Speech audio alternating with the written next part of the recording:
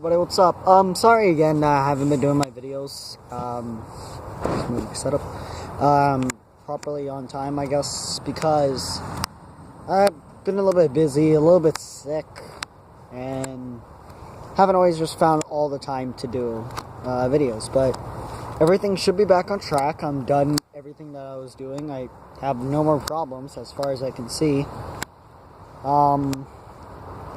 As stated in the video, I'm going to be going over another Burning Abyss deck profile, except that it's my same deck, of course, but I changed it, and at the moment I can barely recognize it, because a lot of changes have been made, but frankly, I think it's actually for the best. While I'm getting my deck sorted out, I'll go over how it works. Burning Abyss is, in some form, it's a grave deck. It's a graveyard spam. There are some milling capabilities with Dante, of course. But he's just something that he's like the only miller of the deck. Like adding Fiendish Rhino would be very good. I don't have Fiendish Rhino yet. I might pick him up. I'm gonna be going to my card store later, trading in like 10 cards or so. But yeah, they like to not necessarily spam graveyard, although that is what they want, but they can only do it per turn. You can't like send 5 guys in the graveyard and 2 of them have the same name. They're limited effects, but I like them. They're fun to play for me. And of course, finding new cards and new ways to make this deck better is something that I personally enjoy. So, without further ado, of course, since I'm outside, I have to do it. Last time I was in a video, I had to, but yeah. Note, I'm missing Dante's, the XCs, so I recommend adding 3, along with any other recommendations I make. But for now, let's go to the deck profile. Alright, this should be pretty stable for now. So moving on. Still running 3 Barbar. He's the main powerhouse of the main deck, and when you play correctly, sometimes you need his power. Also with the burn, I find that sometimes my opponent will be left with just a little bit amount of life points, so Barbar helps me just like troll him when it comes to they. Alright, sorry mates.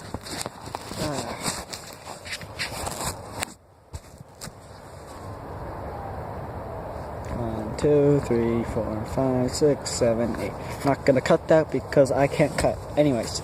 Other Barbar, we still got 3 Skarm. Not much to say. He's the main searcher. Plus, if you play him right, you can steady out his abilities. 3 Farfa, Banishing. Just love it. It's perfect.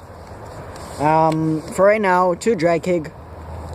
I find, of course, he's the main topper, but a lot of the times you'll have Skarm. I get a lot of Skarms with Dragkigs, so they like counter each other.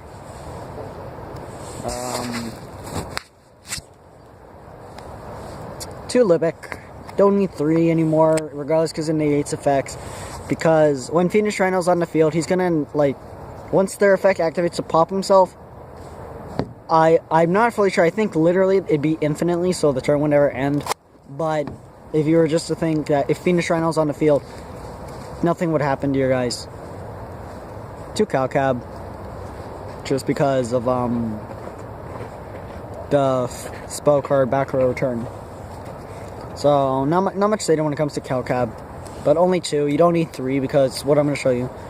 2 Alich, because with the Farfuzz, it becomes a little bit unneeded, but it's good because Alich kind of can be like a quick play. What's the card I'm thinking of? Effect Veiler, so not too bad.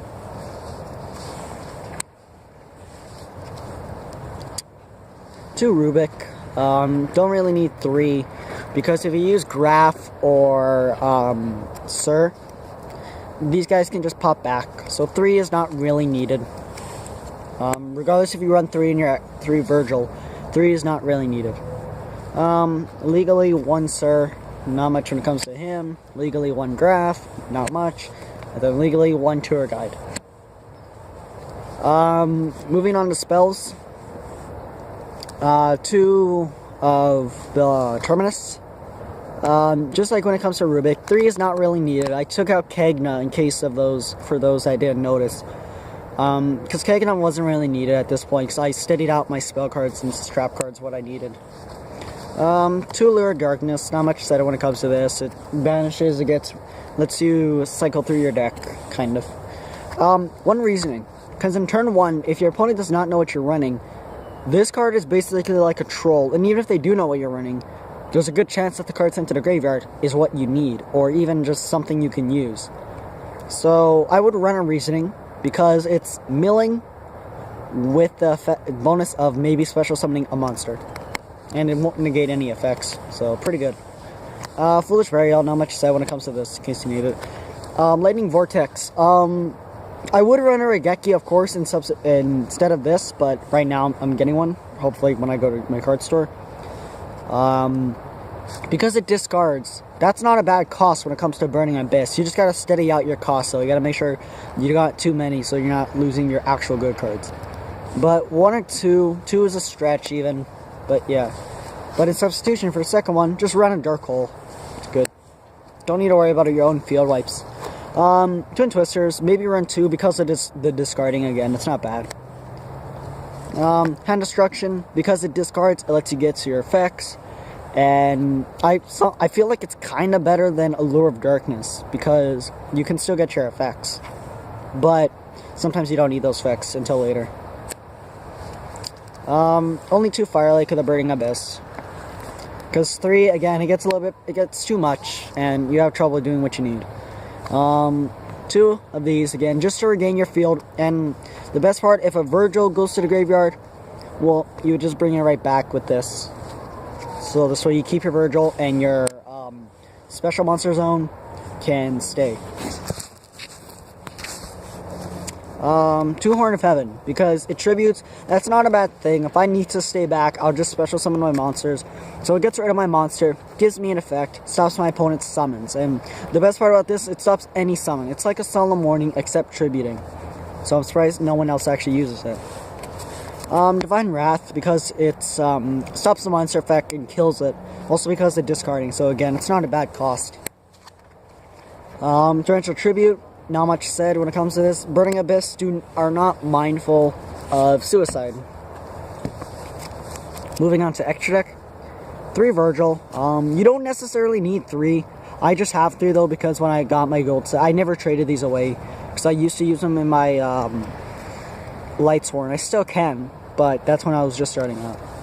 So 3. 2 is all that's needed. Dante Fusion, 3. You can run 2 though, so it's not needed 3, but again, same thing as Virgil. He's good though, he's the quick play pitcher. So if you search off Skarm, so say you pitch Skarm, search off for Farfa, well now you can do it on your opponent's turn. Your opponent summons something you don't like, well, banish till the end phase. And if it's an Xyz, too bad, it loses its materials. Run 3 Dante, and run 1 Beatrice as well, Lady of the Eternal. But continuing with what I do have, 1 Mech-Quip Engineer. Not bad, top players always run this. I see why though, it's not a bad effect. DD Stone King Dyrus, because it's basically invulnerable, and it's a good stall if you need to. If you don't, then I wouldn't really put too much effort into this, but it's not a bad card. The Phantom Knight's a Break Sword, just because it's a level 3 Fiend, and because it's got a popping effect, so that's not too bad. So you pop into this guy, set one of your Burning Abyss, pop your Burning Abyss, and pop one of his cards, get your effect. Utopic Future, even with the Link format, even though there's no Link monsters yet until 2018, hopefully, that's not even fully confirmed, I believe, he is good because you could just banish off whatever you got, or if it goes to the graveyard, you're Dante, you just use the Traveler and the Burning Abyss to just bring it back. And then you can go into Utopic Future, because he just takes your opponent's monsters, and it's not a bad thing. Moving on to side deck. Spell cards. 1 Monster Gate. Of course, you still can run Solemn Strike, Solemn Warning, and Ghost Ogre. But don't be running too many sub cards that are specific. Except of course Monster, Special except Solemn Warning, Solemn Strike, because everyone's gonna summon and stuff. But because if you set, for example, like a Mirror Force, well, if your opponent doesn't want to rush, you're stuck without special summoning for a little bit, so you gotta watch it. But one Monster Gate for the tributing and bringing out another guy. Forbidden Chalice, negate those monster effects. I'm citing a Terminus just in case I find I need more, but this is just until I find another sub card. One Dark Eruption. It's not even, I don't really think it's needed, but in case you need to bring back Graph or do something with someone else. 3 Enemy Controller, because it's not bad to tribute a monster. So, and also because it's a decent stall card and very budget. A Crush Card Virus. I found one of this in my bulk. It literally destroys monsters 1500 attack or more, I believe. And yes, I am correct. So it's not bad. And plus, it's a lot of Burning Abyss have 1000 attack points or less. Not really a lot, even though I just said it.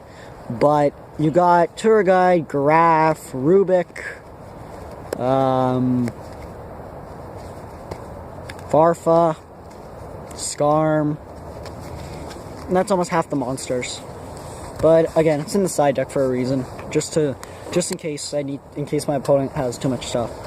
One Dark Illusion, because it targets dark types, and unless you're spamming your extra deck way too much, which is not even a bad thing, this card comes in handy in case you do need to stall. One Effect Failure, just because it's a monster effect negation, so not too bad. But I'm considering taking this out with something else. Card Trooper, not much said, it's a Miller. Max C, in case my opponent likes to special summon. 3 Lava Golems still, because it's good against Spiral, because they like to spam their field. So, legit, if somehow you open up with 2, and then say the other 3 are monsters, well, you can just tribute both. You can tribute your opponent's whole field, give them 2 Lava Golems, and they're slow now, and they can't even get rid of it. Of course, you just gave them a powerhouse, but if you say special summon to Graph, well, then you can pop into a Sir, and then you can pop back into Graph again or whatever, and then that's already 3 defense guys for 1 card, and that's more than enough for 2 Lava Golems. And then plus the slow burnage, and then mixed with Barbar, it's not a bad thing. That is how my profile is. I would recommend adding maybe 2 Fiendish Rhino. I popped my thing. Recommend running 2 Fiendish Rhino. You gotta see what the new boosters for Burning Abyss that we're gonna be getting to fully decide how to take this deck. Of course, run 3 Dante, 1 Beatrice, 2 Fiendish Rhino. Ghost Ogres, Solemn Strikes, and Solemn Warnings are all okay for this deck. There's no real negative for them other than being that it's just extra cards that you gotta set. Not much to say when it comes to that. I believe I just went over all I really can. Note cards, if they Lava Golem you or Kaiju you, you're gonna have a real tough time, because that kind of destroys this deck unless you can, say Farfa, and then go into Banish, to Kaiju or Lava Golem, and then combo into what you need so you got the extra deck good and running. But for main deck wise, Kaijus, anything that your opponent gives you, even Drama Trio, it really murders this deck. It's very slow, and that's the sad part, but because this deck is one of the most that's destroyed by Kaijus. But overall, I like it. It's not a bad deck. Although, I wouldn't know if I would call it Rogue tier, but maybe 4th tier. But it's not the worst, but it's not the best, of course. Also, you can't pair any Link monsters with it yet, because the Burning Abyss are just going to kill themselves. But, yeah, so not much to say when it comes to that. You gotta watch out. Maybe, like, something to stop tribute summons, but not Master Restrict, because you get continuous cards, you're slowing down your plays heavily, and you're gonna kill yourself at that point. But not much to say. Thank you all for watching. Let me know what to do next, and I'll see you all on the dueling field. Good luck.